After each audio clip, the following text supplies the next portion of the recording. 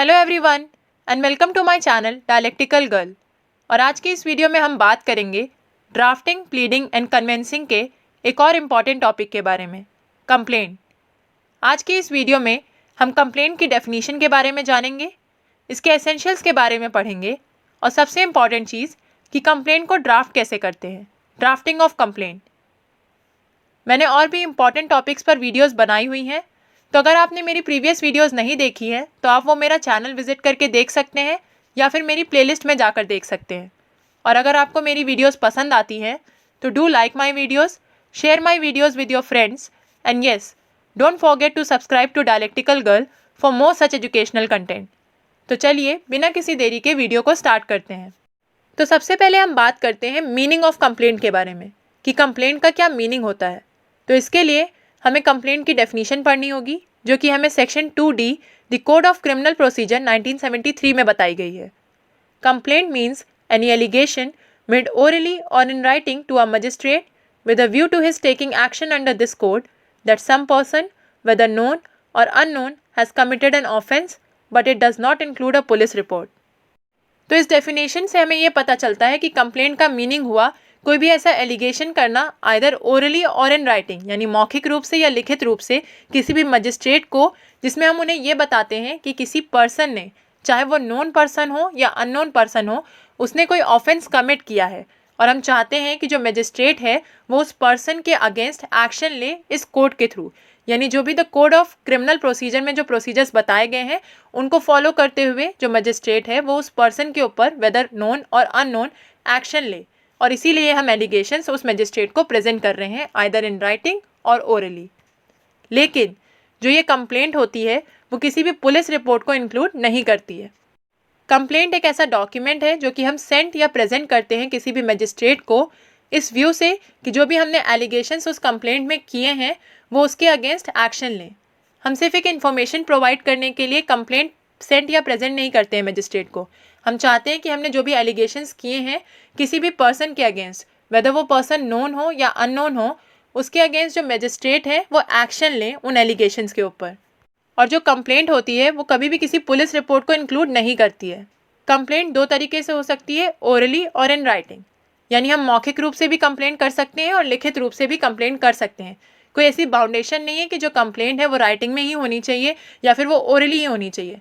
हम दोनों तरीके से कंप्लेंट कर सकते हैं, weather orally or in writing. और कंप्लेंट का कोई ऐसा स्पेशल फॉर्मेट नहीं है कि इसी फॉर्मेट में कंप्लेंट होनी चाहिए। जैसे कि प्लेंट या एफिडेविट का एक स्पेसिफाइड फॉर्मेट होता है कि जो प्लेंट है वो इसी फॉर्मेट में होनी चाहिए और जो एफिडेविट है वो इसी फॉर्मेट में होना चाहिए। ऐसी कोई भी चीज़ कंप्लेंट के साथ नहीं है। कोई भी ऐसी डॉक्यूमेंट जिसमें हमने अपने एलिगेशंस पुट अप किए हैं और उससे ये पता चलता है कि कोई भी ऑफेंस कमिट हुआ है, उस डॉक्यूमेंट को हम कंप्लेंट मान लेंगे। यानी कि कोई भी ऐसी डॉक्यूमेंट जिससे ये पता चले कि कोई भी ऑफेंस कमिट हुआ है, वेदर किसी नोन पर्सन ने किया है या अननोन पर्सन ने किया है, और हम चाहते हैं कि उस एलिगेशन के ऊपर और उस कमीशन ऑफ क्राइम के ऊपर जो मजिस्ट्रेट हैं वो एक्शन लें। इन चीज़ों से ये सब पता चलता है कि हाँ एक ऑफेंस कमिट हुआ है, उस डॉक्यूमेंट को हम कंप्लेंट मान लेंगे। और ज़रूरी नहीं है कि हम अपनी कंप्लेंट में जो भी ऑफेंस कमिट हुआ है उससे रिलेटेड सेक्शंस लिखें, यानी कि जैसे अगर कोई क्राइम कमिट हुआ है उससे रिलेटेड जो भी सेक्शंस हैं हम वो उसमें मेंशन करें, ये ज़रूरी नहीं है। बस ये ज़रूरी है कि जो भी हम स्टेटमेंट या फैक्ट्स जो मेंशन कर रहे हैं उससे ये पता चले कि हाँ कोई ऑफेंस कमिट हुआ है। ज़रूरी नहीं है कि जो ऑफेंस कमिट हुआ है उसके साथ का रिलेवेंट सेक्शन भी हम अपनी कंप्लेंट में मेंशन करें। यानी कि वही बात हुई कि ये नहीं ज़रूरी है कि हम एकदम किसी फॉर्मेट में चीज़ें लिखें कि ये सेक्शन के तहत ये ऑफेंस हुआ है, फिर ये हुआ, ऐसे हुआ एंड ऑल, ये सब चीज़ें नहीं। लेकिन जो अभी हम अपने फैक्ट्स बता रहे हैं, यानी कि जो सब्सटेंस ऑफ एलिगेशन है वो अगर मेंशन है और उसके थ्रू अगर ये पता चल जाता है कि हाँ प्राइमा फेसी कोई जो एलिगेशन हम लगा रहे हैं कोई ऐसा ऑफेंस कमिट हुआ है, तो उसको हम एज अ कंप्लेंट मान लेंगे। कोई ज़रूरी नहीं है कि हम उसके साथ उससे रिलेवेंट सेक्शंस भी मेंशन करें कंप्लेंट में। अब हम बात करते हैं एसेंशियल्स ऑफ कंप्लेंट के बारे में, यानी कि जो कंप्लेंट है उसके क्या क्या एसेंशियल्स होते हैं। तो जो मेन इंग्रेडिएंट्स होते हैं कंप्लेंट के वो हैं कि एक ऐसा आरोप होना चाहिए जिससे ये पता चले कि कोई भी ऑफेंस कमिट किया गया है।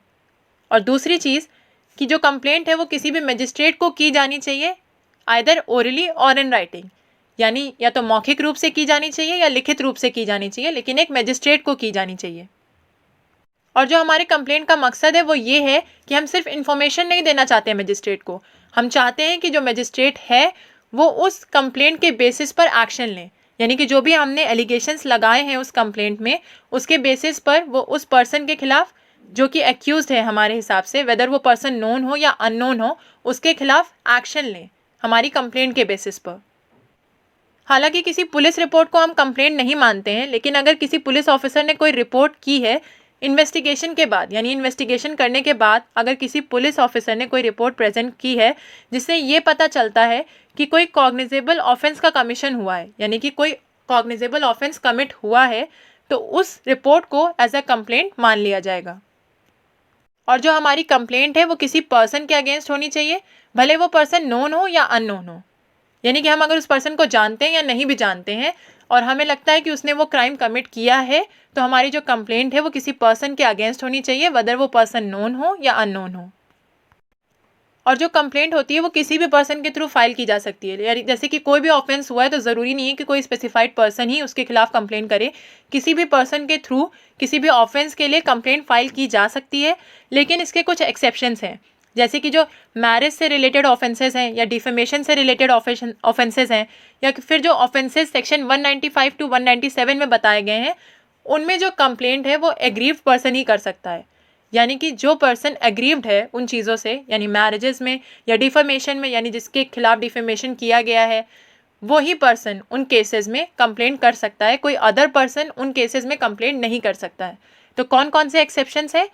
वो ऑफेंसेस जो मैरिज से रिलेट करते हैं, डिफेमेशन से रिलेट करते हैं, या फिर वो ऑफेंसेस जो सेक्शन 195 से 197 से रिलेट करते हैं, उनमें जो एग्रीव्ड पर्सन है वो ही कंप्लेंट कर सकता है, कोई और पर्सन कंप्लेंट नहीं कर सकता है। अदरवाइज किसी भी ऑफेंस के लिए कोई भी पर्सन कंप्लेंट कर सकता है, कोई ज़रूरी नहीं है कि कोई स्पेसिफिक पर्सन ही कंप्लेंट करे।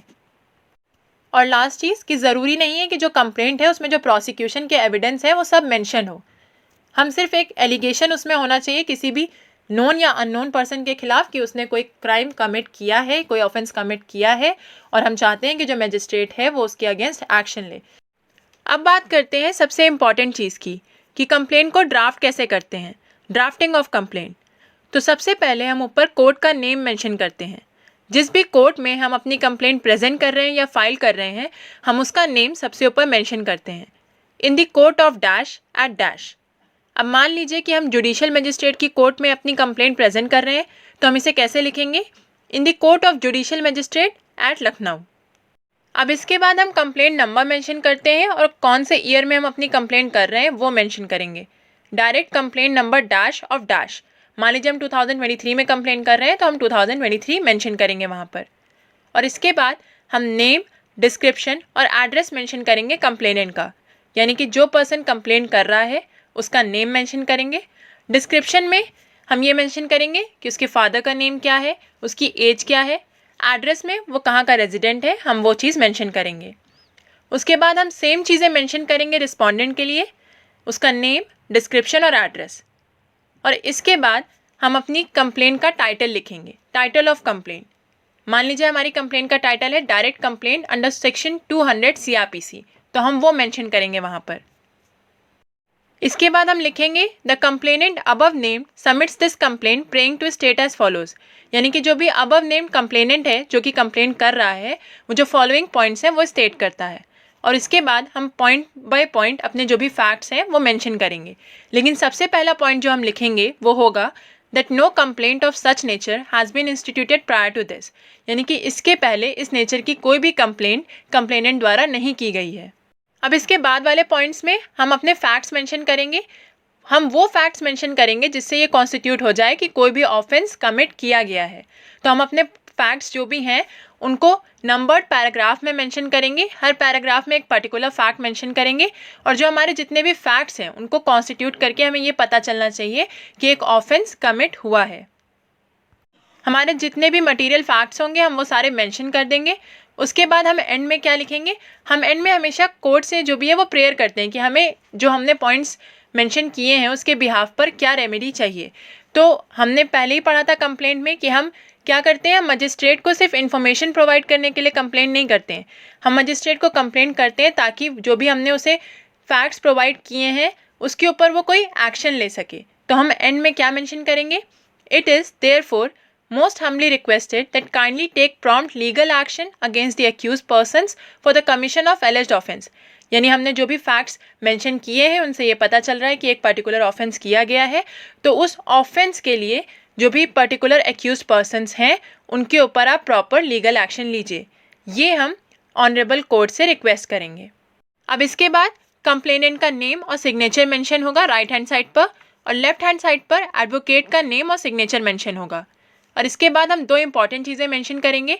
मान लीजिए हमने अपने फैक्ट्स को प्रूव करने के लिए कुछ डॉक्यूमेंट्स स्टेट करी हों और वो डॉक्यूमेंट्स हमने अटैच करी हों अपनी कंप्लेंट के साथ, तो हम वो चीज़ें यहाँ पर मेंशन करेंगे कि हमने कौन कौन सी डॉक्यूमेंट्स अटैच करी हैं अपनी कंप्लेंट के साथ। और इसके बाद हम विटनेसेस के नेम मेंशन करेंगे। और उसके बाद राइट हैंड साइड पर एडवोकेट फॉर कंप्लेनेंट, यानी जो भी कंप्लेनेंट का एडवोकेट है उसका नेम और सिग्नेचर होगा। तो ये हो गया कंप्लेंट को ड्राफ्ट करने का एक बेसिक फॉर्मेट। अब हम इसको एक बार और सिंपलर वर्ड्स में समझ लेते हैं। तो अपनी कंप्लेंट को ड्राफ्ट करने के लिए सबसे ऊपर हम कोर्ट का नेम मेंशन करते हैं, in the court of dash at dash, in the court of judicial magistrate at Lucknow. उसके बाद हम कंप्लेंट नंबर और कौन सी ईयर की कंप्लेंट है वो मेंशन करेंगे। उसके बाद हम कंप्लेनेंट का नेम, डिस्क्रिप्शन और एड्रेस मेंशन करेंगे। उसके बाद रिस्पोंडेंट का नेम, डिस्क्रिप्शन और एड्रेस मेंशन करेंगे। उसके बाद हम अपनी कंप्लेंट का टाइटल लिखेंगे। उसके बाद हम स्टार्ट करेंगे the complainant above named submits this complaint praying to state as follows, यानी कि जो भी अबव नेम्ड कंप्लेनेंट है वो फॉलोइंग फैक्ट्स स्टेट कर रहा है। इसमें हम सबसे पहली चीज़ क्या लिखेंगे कि इससे पहले इस नेचर की कोई भी कंप्लेंट कंप्लेनेंट द्वारा नहीं की गई है। उसके बाद हम अपने जितने भी फैक्ट्स हैं वो मेंशन करेंगे, ऐसे फैक्ट्स जिनसे पता चलता है कि कोई एक ऑफेंस कमिट हुआ है। उसके बाद हम एंड में जो भी हमारी प्रेयर है या जो भी हम रेमेडी कोर्ट से चाहते हैं वो मेंशन करेंगे। तो हमने जैसे कि पहले जाना था कि हम कंप्लेंट क्यों करते हैं, हम कंप्लेंट सिर्फ इन्फॉर्मेशन देने के लिए नहीं करते हैं मजिस्ट्रेट को, हम चाहते हैं कि हमने जो भी फैक्ट्स बताए हैं जिससे पता चलता है कि कोई ऑफेंस हुआ है, उस चीज़ पर जो मजिस्ट्रेट है वो एक्शन ले। तो हम एंड में लिखेंगे it is therefore most humbly requested that kindly take prompt legal action against the accuse persons for the commission of alleged offences. यानी कि जो भी हमने फैक्ट्स बताए हैं उससे पता चल रहा है कि एक ऑफेंस कमिट हुआ है और जो भी पर्टिकुलर एक्यूज हैं उस ऑफेंस के, हम चाहते हैं कि ऑनरेबल कोर्ट उनके ऊपर प्रॉम्प्ट लीगल एक्शन ले। उसके बाद कंप्लेनेंट का साइन और नेम होगा और फिर एडवोकेट का साइन और नेम होगा। फिर उसके बाद हम मेंशन करेंगे कि हमने जो भी फैक्ट्स लिखे हैं उससे रिलेटेड अगर कोई डॉक्यूमेंट्स हमने अटैच करी हैं कंप्लेंट के साथ तो हम वो मेंशन करेंगे, हमने कौन कौन सी डॉक्यूमेंट्स अटैच करी हैं। उसके बाद हम विटनेसेस के नेम मेंशन करेंगे और एंड में जो भी कंप्लेनेंट का एडवोकेट है या काउंसिल है उसका नेम और सिग्नेचर होगा।